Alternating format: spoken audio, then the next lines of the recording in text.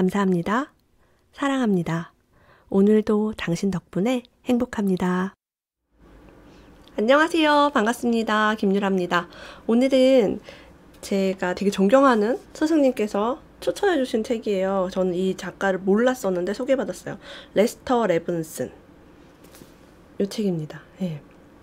풍요의 마스터에 듣는 깨달음 그리고 지혜라는 책이고요. 정신세계사에서 출간이 되었어요. 제가 이 책을 되게 오랫동안 지금 못 읽었어요. 못 읽었다가 오랜만에 딱 봤는데 왜 추천해줬는지 알 것 같아요. 너무 좋아요.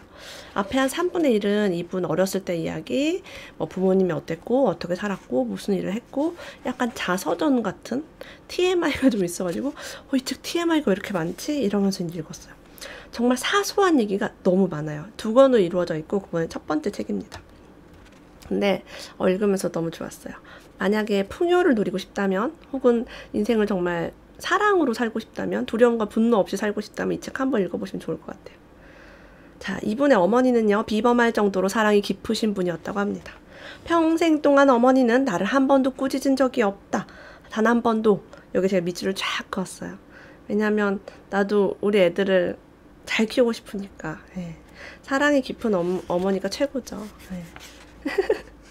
화 안 내기. 자, 이분은요 어렸을 때 학교에 가면은 막 친구들이 막 때리고 막 그랬대요. 유태인이 괴롭히러 왔다고 합니다. 잠깐만, 이분이 유태인 아니었나? 이분이 유태인인데 유태인인 나를 괴롭히러 온 거구나. 맞아요. 막 이제 차별을 받은 거죠. 근데 어느 날 한번 참을 수 없어서 성질을 폭발시켰대요. 그 이후로 나는 나를 괴롭히려는 놈이 있으면 곧장 대들어서 견뎌볼 여지도 없다고 느낄 정도까지 겁을 먹여놓곤 했다. 나도 겁이 나긴 했지만 그것을 교묘히 감추는 법을 터득한 것이다. 하지만 시간이 지나자 그 두려움은 실제로 줄어들었다. 두려움이 없는 척한 것이 두려움이 없는 태도를 터득하게 해준 것이다. 1952년에 나는 깨달음을 통해 그 모든 두려움을 상실해버렸다. 얼마나 멋진 일인가? 저는 주변에 이제 좀 성공하신 분들 많이 만나잖아요. 두려움이 없어요. 그분은 전쟁 나려고 해도 그냥 끄떡없이 자기 할 일을 하시는 분이에요. 그래서 이렇게 우리가 막 왕따 당하고 누가 때리면 매일 울고 막 그럼 또 때리고 또 울고 막 선생님 때렸어요 이러면 또 꼬질렀다고 또 때리고 이런 게 괴롭힘이 있잖아요. 근데 견뎌볼 여지도 없다고 느낄 정도로 탁 이렇게 막 한번 확 해버린 거야 그냥. 그러니까 이제 그때부터는 안 하는 거죠. 그래서 이렇게 계속 맞고 울기만 하면은 가만히 있으면 가만인 줄 알고 보고만 있으면 보작인 줄 알잖아요. 그래서 이렇게 좀 해야 되는 걸 애들한테 평화적으로 살아라, 사이좋게 놀아라 하기보다는 누가 괴롭히는 놈이 있으면 한 방 그냥 확 쳐주라고 해야 돼요. 저는 이제 그렇게 가르쳤는데 우리 애들은 싸우지는 않습니다. 잘 놀아요. 너무 잘 놀아요. 자, 이분이 여러 가지로 이제 인생을 살았는데 나중에 이제 불안, 우울증, 마음의 병도 얻고요. 위궤양, 편두통, 몸도 막 아프게 됐대요. 그래서 이분이 다리 밑이나 건물에 들어가면 머리 위에 무너질 것 같은 공포증이 생겼다고 합니다. 저도 예전에 이런 공포증이 되게 많았어요. 어렸을 때 몸이 되게 안 좋아서 넘어지면 그 자리에서 기절하고 교통사고도 막 당하고 맨날 비실비실하고 지금 안 그렇게 생겼는데 옛날 되게 마르고 막 허약한 체질이었어요. 한약도 되게 많이 먹고. 근데 저도 이제 어떤 건물에 가면은 막 무너질 것 같고 떨어질 것 같고 해서 겁이 되게 많아서 자전거도 못 하고요. 롤러도 못 하고 이렇게 달리고 이러는 거 너무 무서운 거예요. 공포증이 심하니까. 안 그래 보이죠.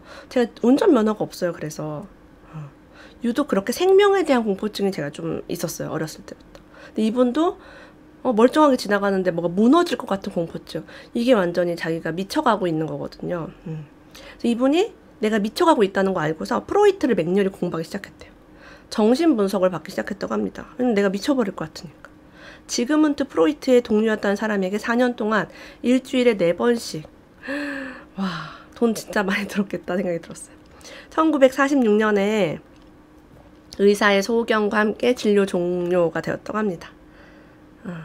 근데 그래도 별 도움이 되지 않았대요. 지금은 또 프로이트의 동료라는 사람도 이제 브랜드가 되는 거죠. 여기서 깨달은 거. 내 친구가 성공하면, 나 누구의 동료야. 나 김유라의 동료야. 이런 거 되게 좋겠네요. 갑자기 그런 생각이 들었습니다. 나중에 이제 막 몸도 아프고 막 스트레스도 많고 우울하고 하니까 행복이 무엇인가를 고민하게 된 거예요.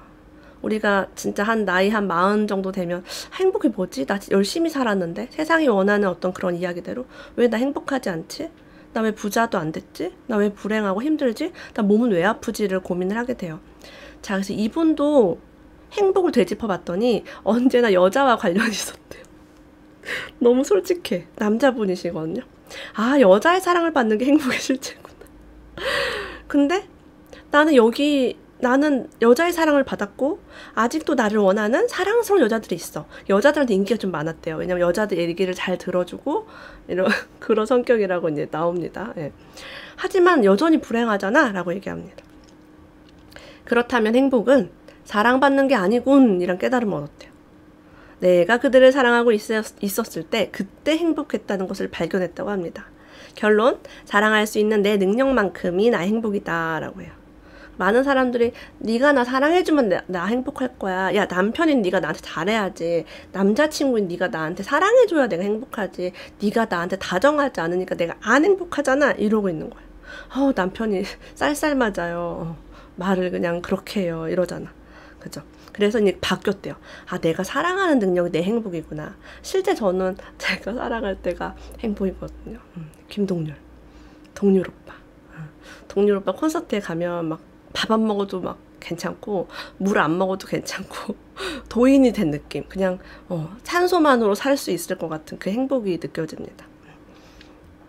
자, 그래서 다른 사람들을 사랑하기에 집중하기 시작했대요. 모든 것을 사랑으로서 바로잡고 사랑받으려 하기보다 사랑하려고 애쓰고 나에게 일어나고 있는 모든 것에 책임을 지고 잠재의식 속의 생각을 찾아내어 바로잡자 나는 점점 더 자유로워지고 갈수록 더 행복해졌다. 우리가 진짜 원하는 상태죠. 자유롭고 행복하고 뭔가 막 답답하고 짜증나고 이런 감정에서 벗어나고 싶은 분들은 읽으면 진짜 좋을 것 같아요. 첫 번째는요. 사랑에 관한 통찰하기 시작했대요. 나의 행복은 사랑할 수 있는 나의 능력에 의해 정해진다는 깨달음. 병에 걸렸을 때도 그 한 조각의 자유가 너무 달콤하게 느껴졌대요. 우리 가끔 바쁘게 살다가 병에 걸렸을 때 어때요? 병원에 이렇게 누워있을 때 행복하지 않아요? 쉬고 있어. 병이 나쁜 것만 아니구나. 쉬라는 신호를 줬구나 라는 거 알게 됩니다. 그 다음에 내 생각들의 총합이 나에게 일어나고 있는 모든 일에 책임이 있다는 것을 깨달았다. 별표할게요. 나에게 일어나고 있는 모든 일에 책임이 있다는 것을 깨달았다. 그래서 뭔가 나한테 일어나는 모든 일들이 가끔은 뭐지? 재수없지? 억울하지? 그럴 때도 있어요. 근데 지나가 보면 모든 것은 기회고 모든 것은 깨달음을 주는 기회였습니다. 제가 돈으로 엄청나게 손실보고 쫄딱 망했을 때 나는 왜 이렇게 재수가 없지? 내가 뭘 잘못했나? 나 왜 손해봤지? 나 열심히 살았는데? 나 왜 열심히 살았지? 그런 생각이 되게 많이 들었어요. 제가 아이를 유산했을 때도 나 임신을 못하는 몸인가? 나 뭐 잘못했나? 계속 그러면서 되게 억울하고 억울하고 슬프고 막 분노했어요. 근데 지나고 보니까 모든 일이 인생의 스승이었습니다. 나쁜 일, 특히 나쁜 일이 나쁘고 고통스러운 일이 우리가 해결할 바로 그 지점이에요.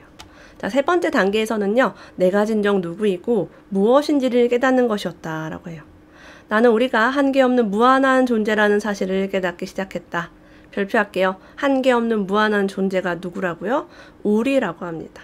레스터 레븐슨이 아니라 김유라가 아니라 우리 전체가 다 한계없는 무한한 존재입니다. 그리고 모든 한계는 과거에 학습하고 붙들고 있는 우리 마음속의 관념들 뿐임을 말이다. 과거에 가진 것이 우리 한계를 붙듭니다. 과거를 놓아버려야만이 무한하게 나아갈 수 있겠죠.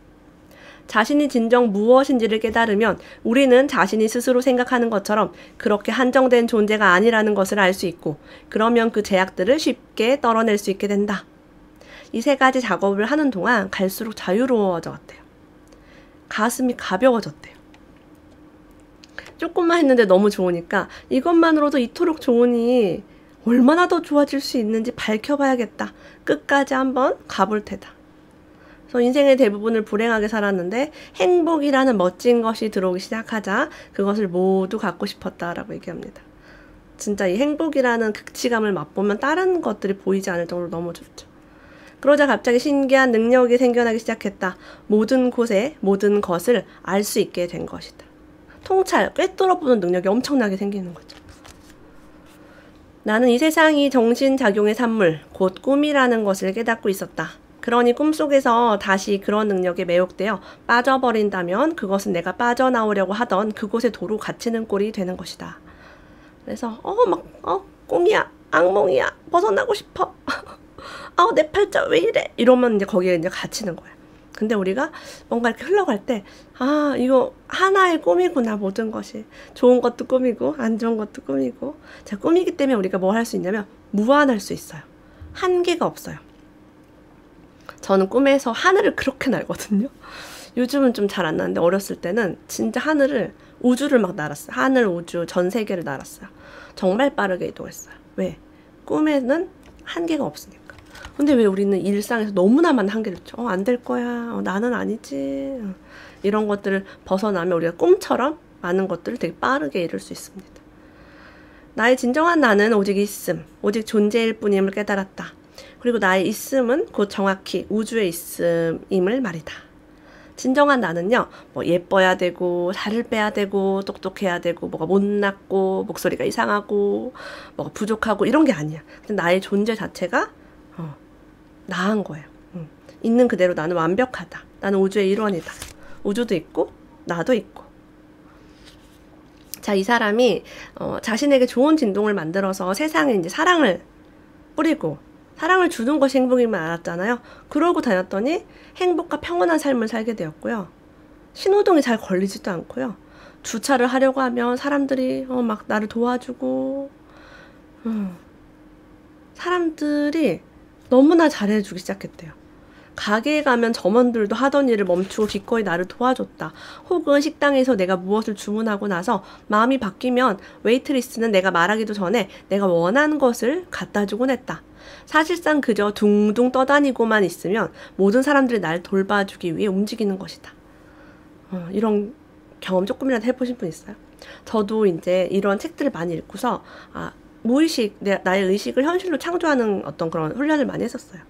저는 많이 요청하기 시작했어요. 옛날에는 그냥 마음에 안 들어도 참고, 저는 어떤 얘기를 많이 들었냐면 음식점에서 음식에 대해서 불평하면 침 뱉어서 온다라는 아버지의 얘기를 어렸을 때 너무 많이 들어서 아버지가 불평 없이 그냥 살아라 라는 메시지를 주셨어요. 그래서 그걸 철석같이 믿었지. 침 뱉어서 줄까봐 뭐가 문제가 있거나, 저는 심지어 벌레가 있어도 그냥 벌레 빼고 먹고 머리카락 있으면 머리카락 빼고 먹어요. 그냥 그러다가 막 화내거나 그러지 않은 편이었어요. 맛없으면 다시는 안 가요. 근데 이제 바뀌었지. 요청하기 시작했어요. 매드포 갈릭에 가서 크림 파스타를 먹으러 간 적이 있었는데 제가 청양고추를 좀 썰어서 넣어주세요 라고 했더니 되게 당황하시더라고요. 거기 정해진 어떤 그런 게 있나 봐요. 키트 같은 게. 그래서 가능한지 한번 물어보겠다라고 했는데 해줬어요.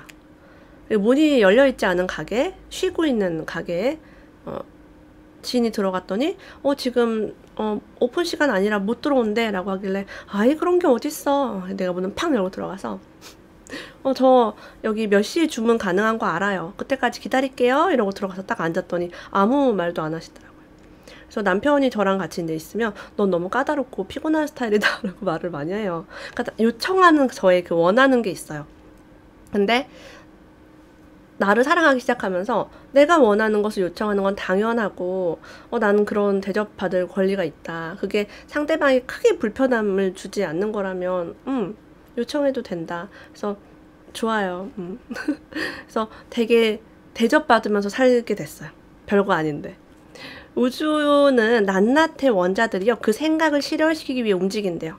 그리고 그것은 여지없는 사실이라고 합니다. 우주와 조화되는 것은 너무나 환희롭고 유쾌한 상태이다. 우주와 내가 하나가 되어서 내가 원하는 대로 세상을 살아갈 수 있다면 얼마나 좋을까요?